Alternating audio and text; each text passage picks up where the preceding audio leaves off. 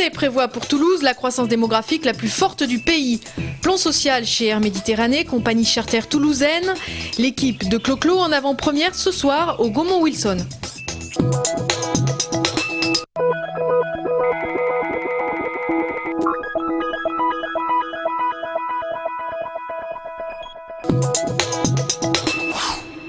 Explosion démographique en Midi-Pyrénées. La population augmentera de 39% d'ici 2042 dans la zone urbaine de Toulouse, selon les projections de l'INSEE, soit 500 000 personnes supplémentaires par rapport à 2007. La raison principale, elle est double.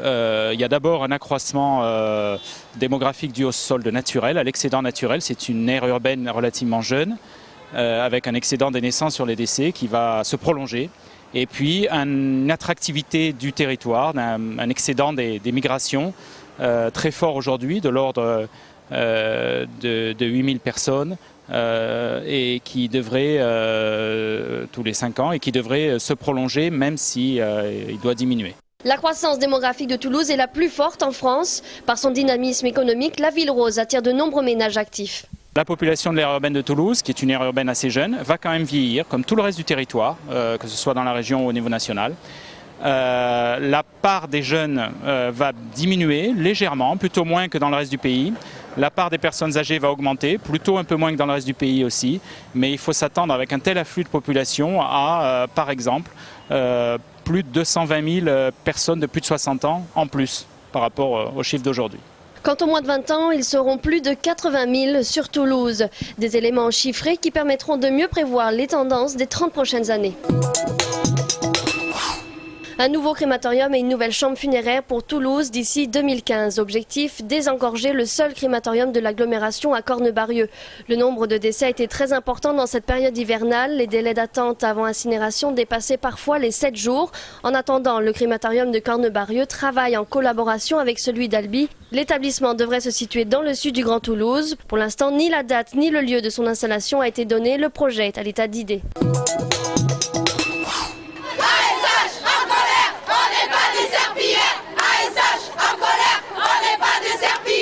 Une quarantaine d'agents des services hospitaliers du CHU de Toulouse mobilisés aujourd'hui devant l'hôpital des enfants. Ces agents chargés du nettoyage des chambres, des malades, des box de réanimation, des soins intensifs ou encore des blocs opératoires dénoncent principalement un manque de personnel. Sur l'hôpital des enfants, on était 65 en 2007, on est à peine une trentaine aujourd'hui. C'est pas suffisant. En fait, on nous demande toujours le même travail et avec 2 fois moins de personnel et c'est pas possible, quoi. Autre crainte des ASH, la privatisation de leur métier. Aujourd'hui, certains secteurs de l'hôpital sont nettoyés par des sociétés privées. Les agents du CHU craignent que par souci d'économie, la direction ne décide de faire appel au privé pour l'ensemble de l'hôpital. Pas aussi simple que cela, selon la direction.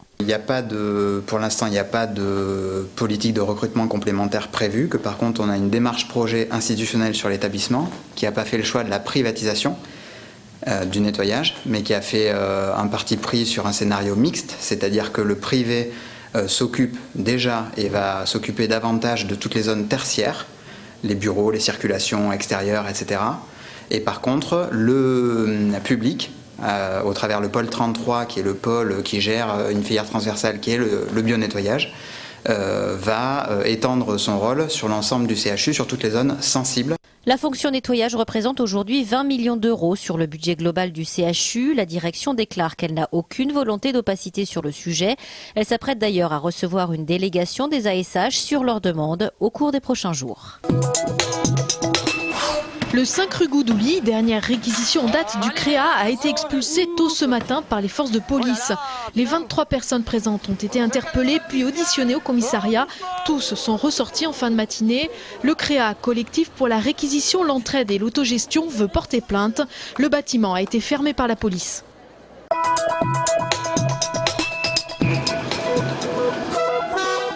Le plan rail Midi-Pyrénées avance. Visite du chantier de doublement des voies entre Toulouse et Saint-Sulpice. Plan social chez Air Méditerranée. La compagnie Charter, créée à Toulouse il y a une quinzaine d'années, a annoncé la suppression de 85 postes sur 170. À Toulouse, en l'occurrence, c'est la base qui ferme. 5 personnes doivent être licenciées. Les hôtesses et stewards, une trentaine se voient proposer un reclassement chez Hermès Airlines, une filiale grecque créée en juin 2011 pour un salaire de 900 € par mois. Les syndicats SNPNC et FO dénoncent cette délocalisation de l'emploi alors que les avions de la compagnie basée en France effectuent des vols au départ d'aéroports français avec des passagers français pour le compte de tour opérateurs français. Ils craignent également qu'Air Méditerranée poursuive la délocalisation de 6 avions sur 9 en les faisant passer petit à petit sous pavillon grec. Après un jour de grève hier, les salariés doivent multiplier les actions. Le PDG, lui, invoque la concurrence d'autres compagnies low cost et le coût du travail en France bien trop cher selon lui. Du 29 février au 2 mars se tient le premier salon Avenir Bois, l'occasion de réunir les acteurs de la filière, des professionnels de la charpente au bardage, en passant par la conception graphique des bâtiments et leur isolation. L'occasion également de mettre à l'honneur un matériau riche en variétés, toujours plus utilisé dans la construction. Mais le bois est à la mode parce que les problèmes de carbone ont fait redécouvrir aux citoyens que le bois était du carbone concentré.